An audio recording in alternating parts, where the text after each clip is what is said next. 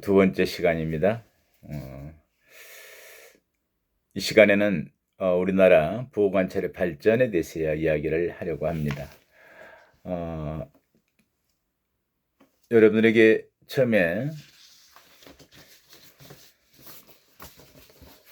이야기했던 수업 계획서에 따라서 조금씩 진도하고 맞지 않는 부분이 있는 부분도 있겠죠. 네. 여러분들 전혀 신경을 그 부분은 안 써도 좋을 거라고 생각해요. 지금 생각에는 우리나라의 보호관찰이 어떻게 발전해 왔는지, 어떤 모습인지라는 이야기와 또 그래도 애국에서는 영미와 유럽의 부분들은 최근에 어떤 부분이 있는지 이런 이야기를 하고 특징적인 일본이나 태국 몇 개국의 아시아의 몇 가지의 특징들 짤막하게 그 부분들은 다룰 거예요. 그리고 나서 보호관찰에서 최근에 이야기가 가장 폭넓게 사용하고 있는 사회봉사명령이나 수강명령, 전자감시제도 이런 부분들을 이야기하고 마지막에 정리하는 걸로 이번 학기가 진행될 겁니다. 진도에 대해서는 그렇게 생각하지 말고 잘 따라와 줬으면 좋겠습니다. 우리나라 보호관찰 처음에 이렇게 태동하고 도입되었었는데, 그럼 최근은 어떻게 발전해 왔을까 하는 겁니다. 1988년에 이제 보호관찰법이 제정되고 89년부터 소년수에게 이제 적용이 됐었죠. 전면적으로 시행된 거, 성인에게까지 보호관찰이 성인된 것은 그 이후로죠. 소년들에게 먼저 시행해 보니까 소년범의 재범 감소에 효과가 있었다라고 분석되어서 성인에게까지 확대 시행되었다 이렇게 이해할 수 있는데, 사실은 뭐 꼭 소년에게만 적용하려고 했었고 거기에 효과가 있었기 때문에 성인에게 확대한 건 아니죠. 어차피 보호관찰 제도가 도입되면 그 사인의 처우로서 보호관찰이 이제 형사정책의 중요한 의미를 갖는 제도로 자리를 잡는 거겠죠. 그래서 이제 도입 배경에는 그렇게 이야기는 해요.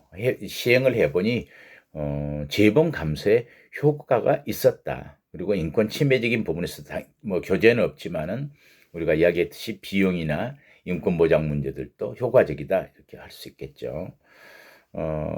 그런데 전면적으로 우리가 이제 시행되기 전에도 성인에게도 부분적으로는 그러한 이제 성인에게 어떻게 확대할까 이런 준비 과정도 거쳐서 법안을 준비해 왔었고, 또 성인 가석방자 중에서 거기에 적절한 자, 보호관찰에 적합한 자를 선정해서 시험 실시하는 것을 골자로 1994년부터는 뭐 시행은 했었어요. 전면 시행은 아니고. 이제 전면 시행이 되려면은 형법의 개정, 보호관찰법의 개정이 있었어야 되겠죠. 그래서 형법의 개정을 1995년 형법을 개정함에 따라서 1997년부터는 우리나라에서 본격적으로 또는 전면적으로 보호관찰을 시행하게 되었다. 이해하면 될 것 같습니다. 그리고 이제 보호관찰 등에 대한 법률의 개정이 이제 필요했었는데, 그러니까 형법의 보호관찰 관련 규정을 이제 편입함에 따라서 형의 유해자들에 대한 보호관찰관의 지도 감독에 관한 사항을 규정하기 위해서 1996년 12월 12일 보호관찰 등에 관한 법률이 전부 개정되었어요. 그 개정을 통해서, 법 개정을 통해서 이제 사회봉사명령과 수강명령의 집행 절차 등에 관한 명확한 규정도 우리가 갖게 되었고, 모든 성인 형사범에게 보호관찰이 확대 실시되는 획기적 발전을 이룬 게 이제 1997년부터다 이렇게 이야기를 할 수 있습니다. 그런데 이제 우리나라가 보호관찰이 확대되면서 하나 된 게 이제 오히려 제재 조치의 부분들이 보호관찰의 성격이 소년법 때는 어떤 성격이 더 강했다 그랬어요?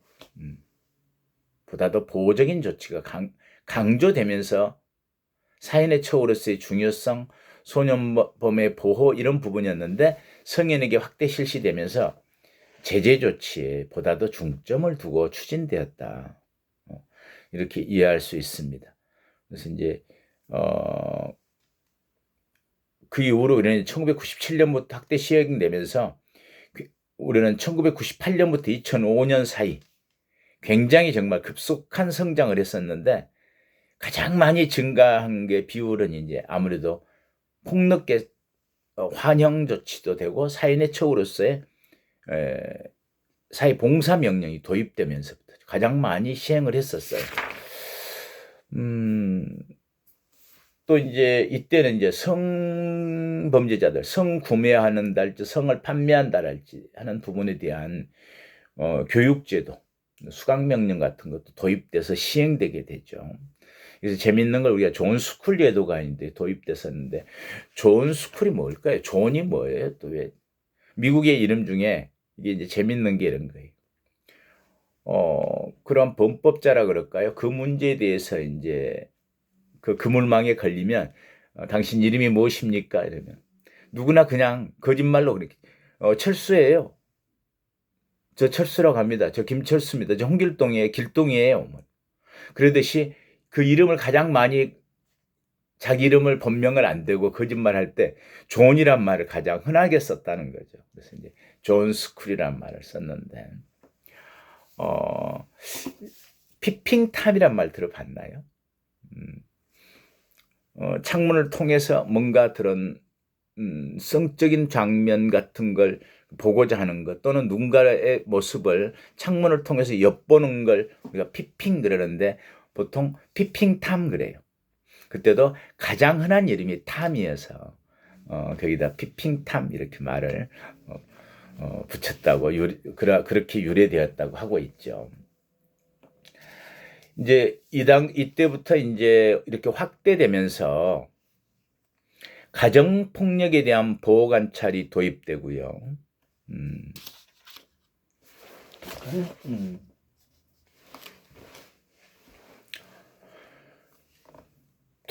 도입되고 성매매 청소년에 대한 보호 관찰의 도입 그리고 성판매 여성에 대한 보호 관찰 도입 방금 이야기했듯이 성구매자에 대한 교육조건부 기소유예 도입 성구매자들에게 교육을 받고 하면은 그런 전제로 수강명령을 전제로 교육을 전제로 기소유예를 도입한 이런 부분들이죠. 그리고 이제 원호 실적에 급격한 신장.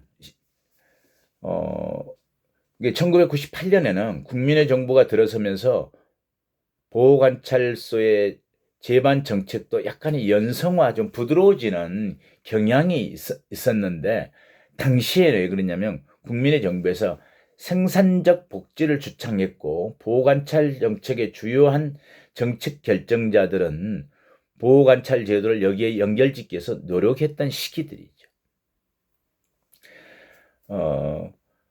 특히 이제 보호관찰관에 처음에 이제 도입되니까 엄청 그 업무량이 많았어요. 이를테면은 1인당 적정 보호관찰 숫자가 선정돼서 40명인데 우리가 130명, 140명 뭐 기하급수적으로 막 늘어나고 업무에 문제가 돼서 그때는 또 이제 다른 제도를 또 도입하죠. 교재를 보면 지명 수배 제도도 이제 도입되면서 보호관찰관이 직접 대상자의 소재 추적과 검거를 하는 부담이 사라짐으로써 제재 조치 업무의 부담이 크게 경감되기도 했었죠.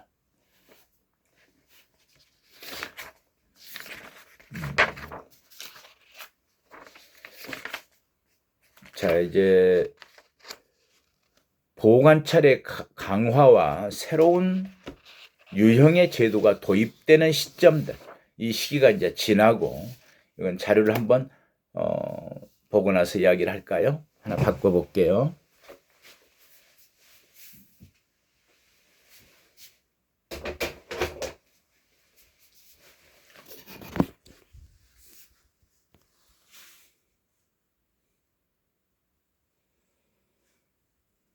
화면이 깨끗하지가 않네요.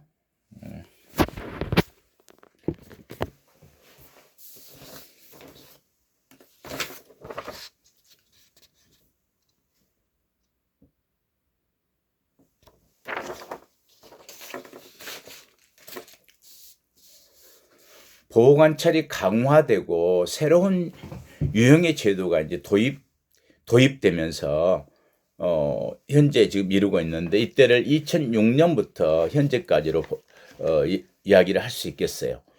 보호관찰의 강화와 새로운 유형의 제도가 도입되는데, 2000년대 중반 이후 우리나라는 외국과 유사하게 보호관찰의 통제기능 강화의 경향이 나타났다. 이 부분은 보호관찰만이 아니죠. 이야기했지만 형사정책 전반의 어떤 강경화 노선들 때문에 특히 2006년 보호관찰 중인 가출소자에 대한 이때 문제가 있었는 게 위험한 재범자가 또다시 어떤 재범들이 있어서 사회에서 이 부분들을 잘 통제해야 되겠다는 필요성이 있었어요. 이를테면 야당 대표, 당시에 이제 박근혜 대통령이죠. 피습 사건과 그때 이제 유세중에 커터칼로 얼굴과 목에 깊은 상처를 남겼던 어떤 사건들이 있었죠. 굉장히 우리가 좀 시끄러웠던 야당 대표의 피습 사건과 재범 고 이영군 전담팀을 편성했다. 뭔가 좀 이제 보호관찰이 어떤 느낌이에요? 재범자들에 대한 통제가 강화되고 사회 안전에 더 유의하기 시작했다. 이 시기부터. 그리고 이제 GPS 전자 이치 추적 전자 감독 제도가 이때 이제 시행되는 거죠. 이게 2008년, 이거는 이제 9월 1일은 국회를 통과한 특정 성폭력 범죄자에 대한 이치추적 전자장치 부착에 관한 법률이 시행되게 돼요. 그래서 이때부터 이제 전자 감독 제도가 우리나라에도 최초로 개시된 시점이죠. 기술적인 어떤 부분의 발전들, 또 감시 장치의 어떤 강화, 이런 부분들이죠. 그리고 이제 이 시기가 이제 보호관찰이 발전해 오면서 새로운 유형의 보호관찰 제도들도 도입되게 됩니다. 이치 추적 전자 감독 제도 도입 이후에도 2009년 9월에는 벌금 미납자에 대한 사회봉사 대체 제도가, 그리고 2011년 4월에는 성인 대상 성폭력법에 대한 신상정보 등록 및 공개 제도가, 그리고 2011년 7월에는 16세 미만의 피해자 성폭력범 중 성도착자에 대한 성충동 약물치료가 도입되는 등 보호관찰 제도의 외연은 지속적으로 확장되고 심화되어 왔다. 다양한 방법들이 도입됐다. 벌금 미납자는 어떻게 하나요? 벌금을 못 내면 무조건 환영으로서요, 노역장 유치로 교도소를 들어오게 됐었죠. 그런데 생계가 곤란한 사람들, 이 시기가 우리하고 뭐하고 맞물릴까요? 애환위기 시대하고 맞물려서 굉장히 어떤 공공에 의한 생계 곤란으로 인한 범죄가 굉장히 늘어난 시점과도 맞물렸다는 어떤 사회적 배경과도, 그런 사회적 어떤 변화와도 맞물려 있는 거죠. 그래서 일률적으로 노역장이 유치했었는데 벌금 납입, 우선 벌금은 내고 싶지만 벌금 낼 능력이 없습니다. 이러면 사회봉사 명령으로 대체하는 그런 경우로 이제 하나 제도가 도입된 거죠. 이게 이제 정말 벌금 위반은 사회적 불평등하고도 관련 지어지거든요. 벌금형은 아무리 벌금을 못 내더라도 그 기간이 정해져 있어요. 3년 이내예요. 그러니까 몇백억을 못 냈던지 몇십만을 못 냈던지 들어와서 노역장 유치로 살게 되는데 어떤 사람은 하루 자고 나면은 자기 벌금의 500만 원씩이 납부하는 효과를 갖는 거죠. 까지는 우리가 500만 원씩 깐다 하루에. 또 어떤 사람들은 하루에 5만 원, 10만 원으로 살게 되는 거죠. 불평등이 심각하잖아요. 벌금형 제도에 대해서만 이렇습니다. 그래서 정말 벌금을 안 내려는 게 아니라 낼 의사가 있음에도 불구하고 벌금을 못 내는 경우에는 이렇게 사회봉사 명령을 통해서 노역장에 보내지 않는 거죠. 그래서 노역장 가가지고 괜히 짧은 기간 동안에 범죄를 학습한다, 가족 관계가 단절된다. 또 그 당시에는 굉장히 가장 많은 숫자의 교정시설에 들어온 숫자가 제일 많았을 때요. 7만 8천 명까지. 지금 5만 4천 명쯤 된다 그랬죠. 그래서 구금시설의 과밀화 문제 등을 해소하기 위해서 이러한 제도를 도입했던 시기입니다. 또 하나 이제 성충동 약물 치료 명령 도입을 했는데요. 지금 활발하게는 진행되고는 있지 않지만은 이때 논의되기는 화학적 거세만이 아니라 물리적 거세까지도 검토를 하고 그랬어요. 그런데 그건 지나치게 인권 침해적인 소지가 너무 강하다.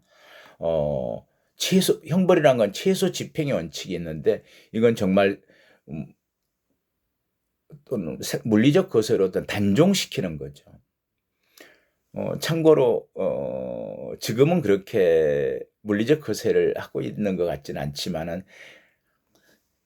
역사적으로 가장 많은 거세 단종 물리적 거세를 한 나라는 스웨덴으로 나와요.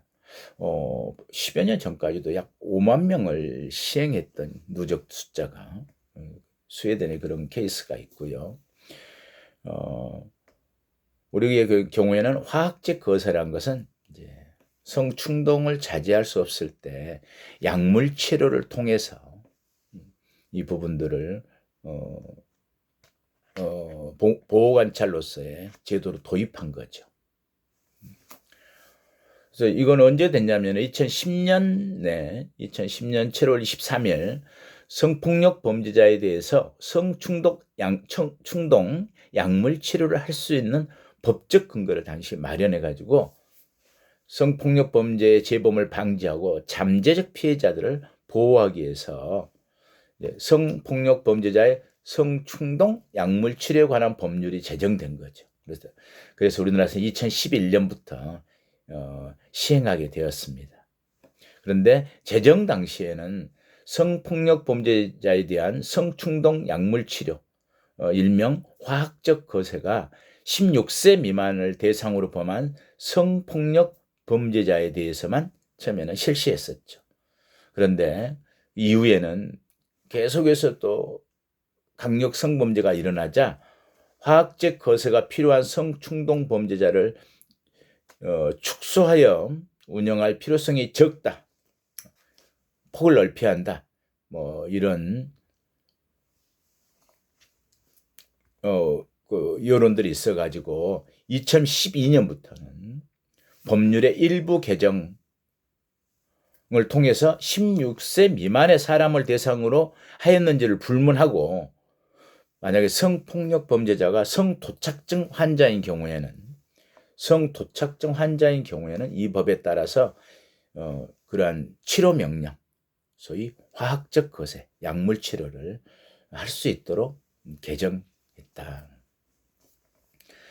그리고 이제 성폭력 범죄자에 대한 신상 정보 등록 및 공개 고지 제도를 도입한. 이건 미국에서의 케이스죠. 성폭력 범죄자가 내 이웃에 왔는데 모르고 있었어요. 근데 그 어린 소녀를 성폭력하고 살해하고 사체를 유기한 사건이 터지면서 미국에서 먼저 이 법이 만들어졌고, 우리나라에서도 2006년부터 아동 청소년의 성보호에 관한 법률을 통해서, 그러니까 13세 미만의 아동 청소년을 대상으로 한 성폭력 범죄자에 국한해서 처음에는 실시했어요. 그러다가 2011년에는 성폭력 범죄자의 처벌 등에 관한 특례법에 의해서 성인을 대상으로 성폭력 범죄를 저지른 사람에 대해서도 그 정보를 인터넷에 등록 공개하고, 해당 성범죄자의 정보를 19세 미만의 자녀가 있는 인근 주민에게도 고지하도록 그렇게 했죠. 다음에 또 한 가지는 이제 이처럼 보호관찰 제도가 굉장히 강화되고 폭이 넓어진 소위 내애연의 확대가 이루어졌다, 이렇게 볼 수 있겠습니다.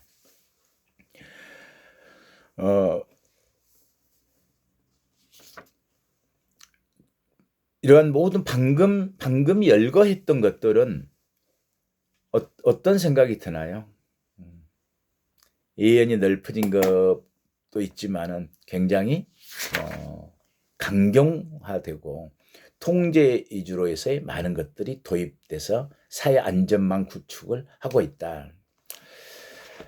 사실 사인의 처우, 특히 뭐 다이버전, 환영시키고 또 보호관찰이 확대되면 우리가 처음에 의도했던 것은 인권 보장이 되고 많은 숫자의 국민들을 전과자로 만들고 이런 걸 피할 걸로 생각했는데, 또 한 가지 만만찮은 비판은 뭐냐면 법의 그물망이 너무 넓어졌다는. 미국 같은 경우에는 지금 230만 명 정도가 교도소 내에 있다면 법의 그물망에 있는 소위 환영 조치되고 보호관찰 중인 사람들은 650만 명. 그죠? 훨씬 많은 숫자가 오히려 법의 그물망에 갇혀 있는 거죠. 오히려 그래서 이 부분이 교정 시설에 구금은 하지 않지만은 지나치게 그 사회가 통제된 사회로 변하는 것 아니냐, 오히려 이런 비판도 받고 있습니다. 이러한 보호관찰이 꾸준히 발전해 오면서 내연이 확대되었다는 것은 그동안에 있던 갱생보호와의 차이점은 한번 설명했었죠. 갱생보호는 출소한 사람들이 갈 곳이 없다. 출소한 사람들의 직업이 없다. 출소한 사람들이 생계를 위한 곤란을 겪고 있다. 그런데 그게 재범하고 연결될 가능성이 있어서 본인의 의사에 따라서 우리 국가가 좀 보호해주는 게 갱생보호인데, 이 부분도 이제는 지금은 예전에는 갱생보호공단 그랬는데 지금은 한국법무보호복지공단으로 이름을 바꿔서 운영하고 있는데, 여기는 지금 여기도 보호관찰의 한 틀로서 법제화되어 있죠. 보호관찰 제도로, 갱생보호 제도도.